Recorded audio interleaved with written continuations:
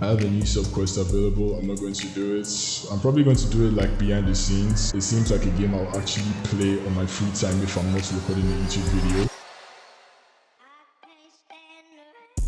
So that was one of the last phrases from my previous video, and as you can probably tell from the title of this video, I have played the First Descendant as my main gaming focus for the last 2 weeks. By the time I posted that video, I had just about 5 hours on record, but about 2 weeks on a tight schedule later, I have somewhere around 70 hours in the game. And like I said in the last video, I will put more time into the game and let you all know if my opinion about the game has changed. Well, that's this video. So I'm going to be talking about what I feel are the game's highs and lows, where the game missed some opportunities and what could also be improved. I'm going to take this opportunity to let you know that these are all purely my opinion and not the views of the general player base or anyone else for that matter. My experience from when I first started the game were based heavily off Warframe comparisons, but after playing the game with a mindset of a new player and not a veteran Warframe critique, I have come to enjoy the game far more than I expected, and I will tell you all about it in this video. As always, a like is very much appreciated. Please leave a comment letting me know your opinions on my takes, and subscribe if you enjoy this type of content format. Alright, let's go on to the main event. So obviously, the main thing about the game that caught my attention was all the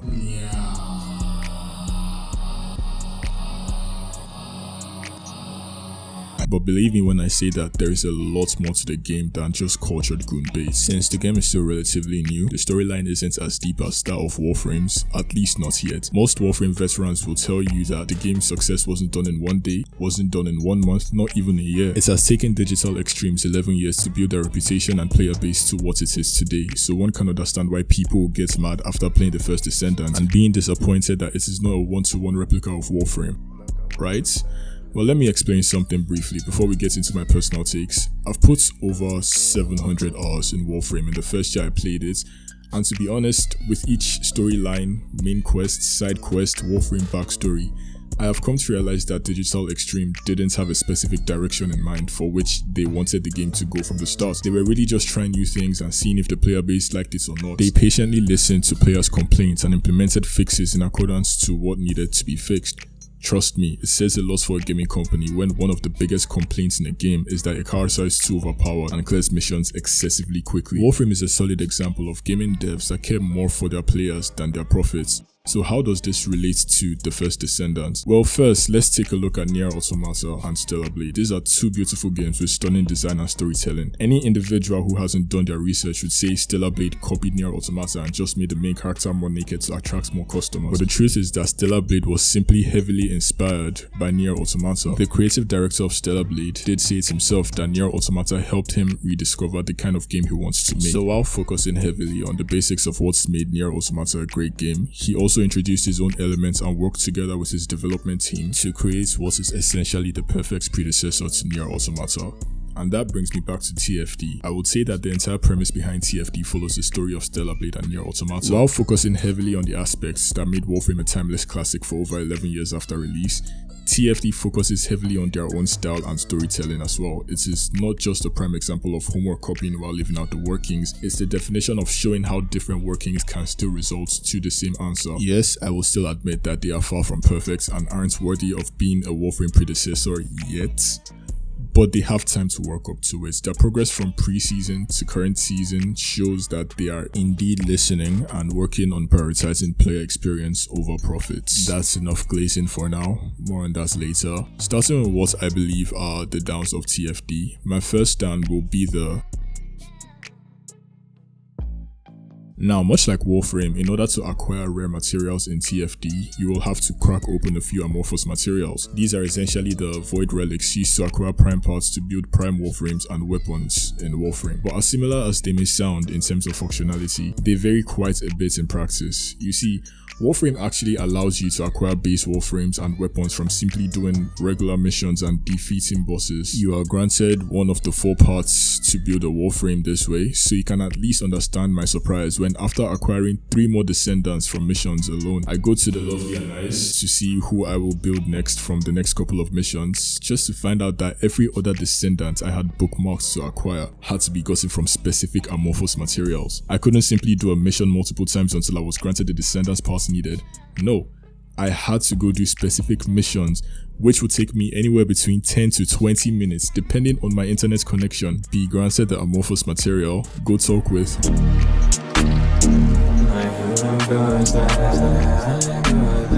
to do a specific void intercept battle. Spend only God knows how long fighting a Power Rangers level threats with nothing but BB guns. Crack open my Amorphous materials and like void relics be utterly disappointed. Then I rinse and repeat until I get the parts I need. Don't get me wrong, this probably only applies to specific descendants that probably came later in the game and the devs had no idea which missions to spread their parts across, so they just lazily threw their parts into random Amorphous materials. And if it wasn't enough, these parts you get from the Amorphous materials are 1 out of 4 of the materials needed to actually craft 1 out of 4 components needed to craft the full descendant. What the fuck is this? Each part needing 8 hours to fully craft and the final descendants needing 16 hours to craft. At least that is one thing they did better than Warframe, better time gating. Sharon was sort of a different case though, but that's a whole grind for when you have time. I believe this problem only accounts for very few descendants though, because with the more recently released descendants, they have specific mission sets that offer you the opportunity to acquire the parts needed without doing too much of a grind. I think. We will see when I decide to start grinding Haley and in Israel. And now on to the next down. So I know it's really fun to go into some sort of boss battle after leveling up your gear throughout the low level missions leading up to the final boss on the map section. But Lord have mercy. Why should it take at least 10 minutes to get to the boss? Some of you might not have a problem with that, but let me break it down for you.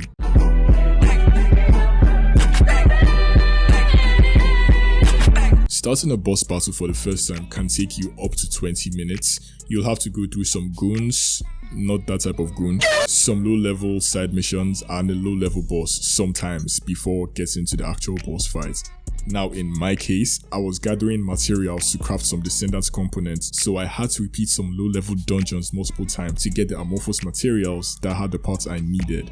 And you already know how I feel about the Amorphous materials. And around this time, I had decently high level weapons, most of them dealing between 80,000 to 100,000 DPS, so I was one-shotting basically everything. So tell me why, even as overpowered as I was rather late game, deciding to do early game low level dungeons, I still have to play for at least 10 minutes before I can get to the end. If I decide to compare that to Warframe, I'd say the longest missions are either the defense or the survival missions. Defense missions can last as long as you want them to last, but usually each round takes about 5 minutes, and at the end of every round you're given the option to stay for another round or extract immediately. Whereas survival missions, that usually depends on how long you're willing to stay, how many enemies you're willing to kill, right? So if 5 minutes is the longest in Warframe for it to take for me to be able to crack open a void relic to acquire a prime part, why do I have to now settle for nothing less than 10 minutes? Which includes 3 side quests, 1 mini boss and 1 main boss fight to be able to simply get the item, which gives me a very small percentage of acquiring a Descendant part. Which brings me to my next down. So when you're cracking open an Amorphous material, or you're simply doing a short mission which gives you a chance to obtain an Amorphous material, the game already shows you the percentage of which you're likely to obtain the material. Usually to obtain an Amorphous material it's about 20%. To obtain a regular Descendants part from an Amorphous material it's usually about 38% for most Descendants parts, depending on which Amorphous material you're opening. Maybe it's just me, but when I'm cracking open an Amorphous material for a Descendants part or running missions to obtain one, I have a mental note in the back of my head that it should take at most 5 missions to get the part I need. After all, if it's 20% or a 38% probability that I acquire it with each mission, I should be able to get that one material rather quickly, right? Lord have mercy. Regardless of what the game statistics say, you have a much higher chance of getting the rarer materials in the loot pool than getting that one item you so badly need. It's like the game knows what you're looking for but gives you everything except the one thing you need. Like I have acquired more Ultimate Descendants parts for different Descendants than the one normal Descendants components that I am trying to obtain. Up next. So let me iterate a scenario to you. I will not tell you what the problem is, I'll let you decide on your own if it's a problem or not. So while putting this video script together, I've obviously been playing the game in between points. Since I first started the game, I've bookmarked specific descendants I wanted to acquire. Being a man of culture, of course I bookmarked solely on looks and not abilities. In fact, I didn't even know what the descendants archetypes were before I obtained them. So out of 8 characters I wanted, I've successfully unlocked 6. Luna being the 7th, but she was a much more difficult grind than the other descendants I've unlocked so far. At least everyone else was much more straightforward, but when I got to the stage where I was told I need to do a void fusion mission to crack open the Amorphous material containing Luna's components, I thought to myself, no big deal, these are much shorter missions and can be done much quicker. And then I did the missions and was hit with this: insufficient void shards. What did they mean by that? I decided to do some research and I found out that I'll need to do some close by missions that grants me the void shards to open the Amorphous materials. Just why is it so complicated to simply open Amorphous materials in the first place? Why can't I just open them in void intercept battles? Why are there multiple ways to open these materials, and each way has a more complicated procedure you need to follow before opening the Amorphous material? So I proceeded to the mission I would obtain void shards from, and that's where I encountered the next issue. I'll need a descendant who utilizes a fire type Arche to begin the mission. I don't have any fire type descendants. All my descendants are female and none of them uses fire. Sure, I have an electricity type, an ice type, a toxin type, but why is the mission specific to the Arche abilities? Why can't I simply mod my weapons to deal the elemental damage that begins the mission, rather than grind for a whole new descendant just so I can obtain another descendant? Long story short, everyone say hi to Blair. Yeah, he's a fire type descendant, and the only reason I'm not going to get rid of him is because he low-key looks like an assassin from Assassin's Creed. Post editing right here. Yeah, while editing I looked on X for a bit and found out that there is a female fire type descendant releasing soon. So if I held off just a bit longer, I could have gotten her instead of Claire. But hey, we've gotten this far and there's nothing stopping me when she comes out. She will join my army of waifus. Compared to Warframe, I can confidently speak on behalf of every Warframe player in the First Descendant. It felt slower than we'd like. Sure, there's Bunny, but compared to her Warframe counterpart, she's simply running. It's understandable though, the bullet jump and aim glide are unique to Warframe, and the First Descendant has the grappling hook thing, which might have been copied from Valkyr, but to be honest, not much can be said about movement in general in this game. I believe for what it is, the movement is pretty solid once you're able to get past the fact that there is no extra movement. Please don't go in the comments and say there's dodge rolling. Warframe has done that and they did it way better, might I add. Okay, this one confuses me a lot, and not just in the First Descendants, this also occurs in Warframe. So remember earlier when I stated that some descendants have elemental type Arche, such as Ice, Fire, Toxin and Venom. Toxin and Venom, that's the same thing. Yeah, so regardless of whether or not they literally play with said elements, why can my descendants take damage from the exact same element when dealt by an enemy? I just feel like it's unfair if I'm able to harness the power of an element of nature without issues, but if someone else throws the same elements at me, I take damage. I believe this should be corrected because these descendants at least deserve to have some sort of invulnerability to the same element's damage. And before someone goes ahead and types in the comments, "Oh, but right, you see, that would make it unfair to the other descendants whose Arche abilities aren't elemental. That would make the game unbalanced and have people biased about the choice of descendants. I believe all descendants should be able to be susceptible to damage regardless of Arche elements or not." Oi, mates, shut up. Every descendant has different abilities, and it's already unfair that some descendants have AoE abilities while others don't even get to be able to cast an ability that directly affects the enemy. In fact, most descendants come with full health and shields, while others don't come with shields at all. So the game clearly was already unbalanced and needs to implement the elemental invulnerability. Speaking of descendants that don't have shields, the biggest hater. I hate the way that you walk, the way that you talk. I hate her. I hate her with every fiber of my being. It's not her, it's me. Because of her. Bro, what are you even doing here? Every descendant has a rechargeable shield that at least acts as an extra lifeline if your health is low. And then there is you, literally no shield. You continue to bitch about your daughter who, by the way, would probably make a better Descendant than you. One of your abilities reduces your health while making you Super Saiyan, except you are more likely to die after you power up. I don't understand your ability set. The first ability does... I have no idea. The second ability apparently coexists with the first ability, which I still have no idea what it does. The third ability at least steals health from nearby enemies, and the more enemies around her, the more health she will steal back. Which means nothing if you're going to die from being surrounded by that many enemies while having no shields. Your final ability makes you Gley faster and literally puts you one foot into the grave. It doesn't matter to me that the lower her health, the more damage she deals. She just doesn't belong on the battlefield. Trust me, if you want a medic type Descendant, go for Eugen instead. I haven't used him yet, nor do I plan on using him at all, but at least he is probably going to be more useful than Gley. And if you're a team player who absolutely can't play without other people supporting you, Eugen is definitely the best support medic Descendant you can use. On the question of why I even have her, I never planned to get her, but she is one of the few Descendants that can be acquired simply from low level quests as you progress through the story, and I realized I got all her components without trying, so I just built her hoping she would be good. Spoilers, she wasn't. Now I see why she gets an 80% defense buff for her ultimate variant. Still not good enough for me to use her though. I'm probably going to level her up with low level missions just so she can be useful for my mastery rank, and then I'm deleting her. I don't care, she needs a rework.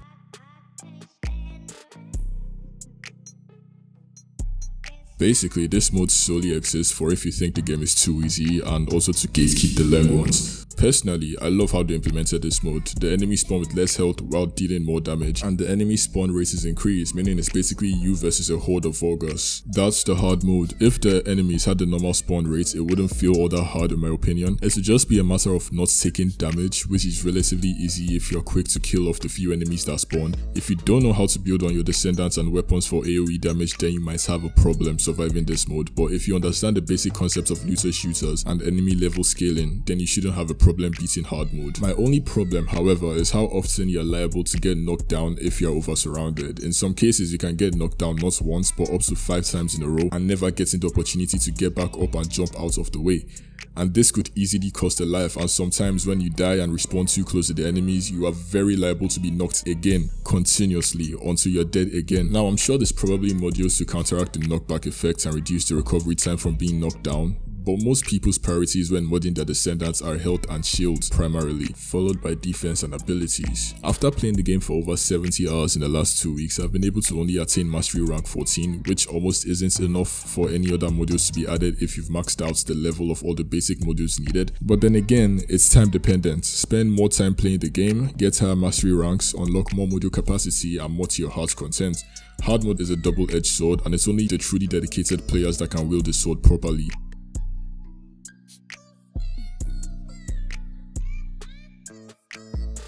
So coming from Warframe, I can say that the chat feature in the game is one of, if not the most useful feature in the game.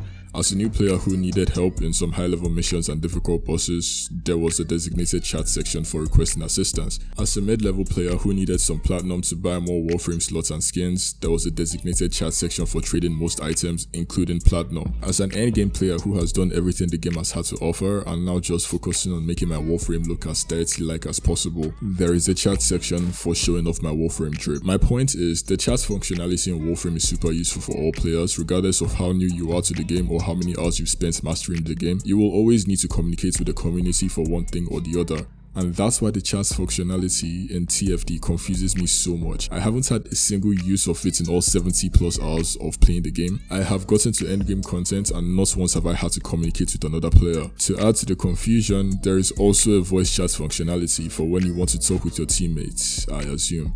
And I'm not putting the blame on the game here, this one is more personal, but I've never run a dungeon or a void intercept battle with anyone. I powered through it all solo and never requested another player's assistance. I feel like the only real use for the chat function in the First Descendant is probably to trade with other players for items that are difficult to acquire, like Haley components or premium currency for those who have excessive amounts of these and have no use for them. Apparently it has been talked about and maybe introduced at some point in the future, but until we the players are allowed to trade with one another, I feel like the chat functionality will become forgotten eventually. And now we've gotten to the section of the video where I talk about the parts of TFD that make me forget about its downsides. These are the points that keep me hooked on the game and make me have so many hours invested into it. I mean, without these, I probably wouldn't even be making this video. I would have been making the female Sukuna build in Warframe by now. Might be hinting at a future video, might not, time will tell. Like, I literally had to hop on the First Descendant multiple times this week just to script down parts of the game I don't like. That's how deep it is. I tell myself I don't like the game for this reason, then forget about my complaints after encountering this point. So before we get into it, congratulations, you've officially passed the midpoints of the video by quite a bit. I know my videos are usually at least 30 minutes long, get used to it. I refuse to shorten them any further. This is meant to be a comprehensive review gaming channel, not just a Fortnite new season review for 15 minutes and then get back to thinking of what to do next that hasn't been done by another creator. So time for a quick water break, go hydrate yourselves and you can get back to the video in 3, 2, 1. Yo, Wagwan, welcome back, and now onto the ops of the game.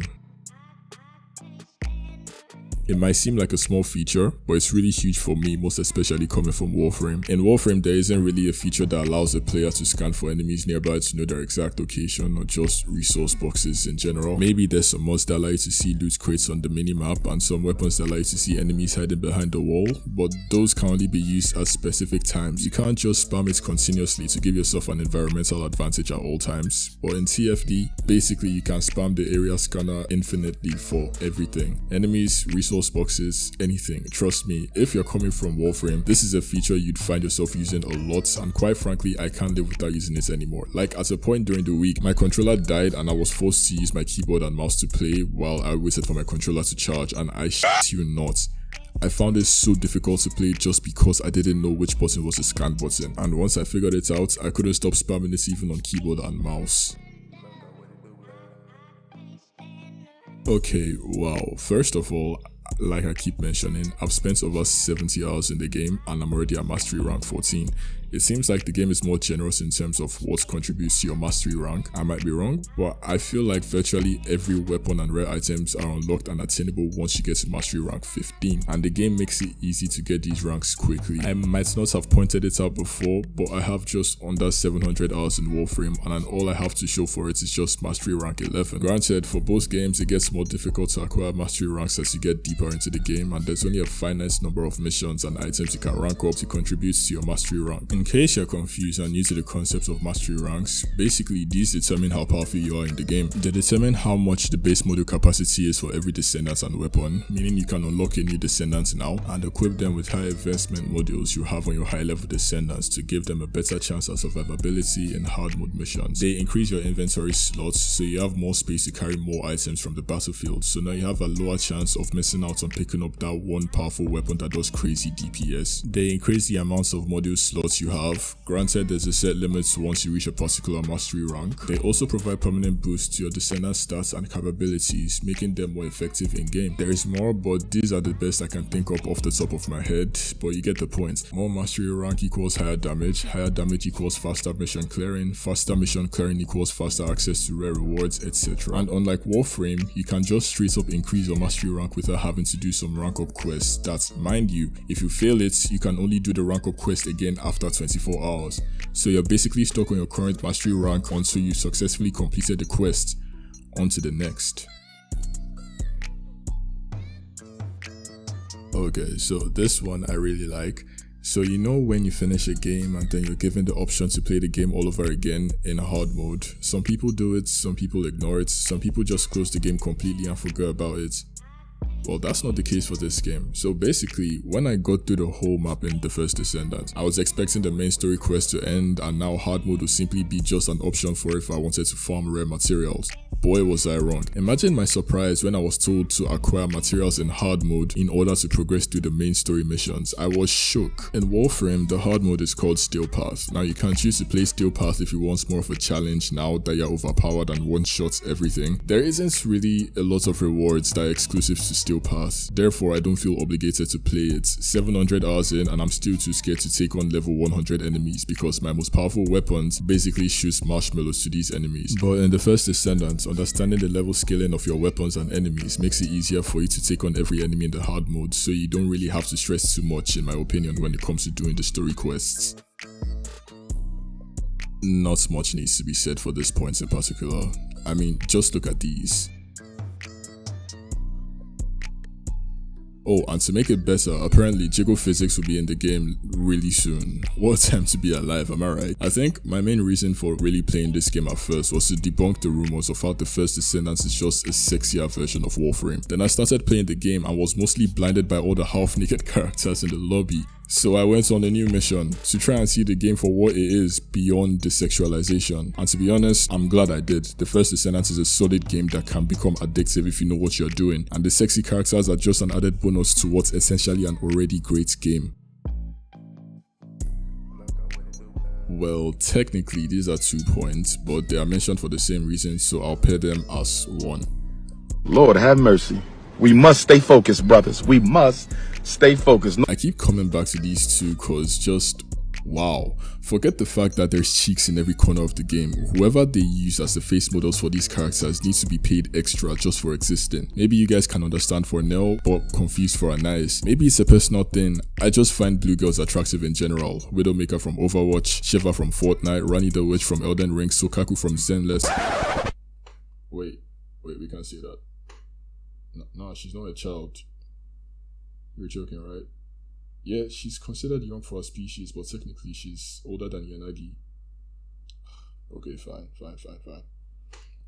For legal reasons, I cannot complete that list because it's implied that there is a character that's considered a child in her franchise. That aside, you get the point. I like blue girls and Anais is no exception, and just something about her attitude makes me want to put her in her place. Wait, we can't say that either. Kids are watching. But why are they even watching a video about a game that's marketed with cheeks in the first place? Fine. Okay, so the bottom line of the point I'm trying to make is that I really enjoy going to see these characters in the game. Anais is very important because she's the NPC you go to when you have to craft a new descendant or weapon. Nell gives you important missions, and frankly, you cannot live in game without having to see these characters occasionally. Alright, that's gonna round it up for my long-term review of the First Descendant. I hope this video helped some of you make up your mind about starting the game. And for those who have already started but need more motivation to keep playing, I hope I was able to help with that as well. Stay tuned for more The First Descendant videos in the future, because I'll definitely be playing this game a lot, or at least until Stellar Blade releases on PC. Then I'm going MIA until I find the costume in the game. I'm joking.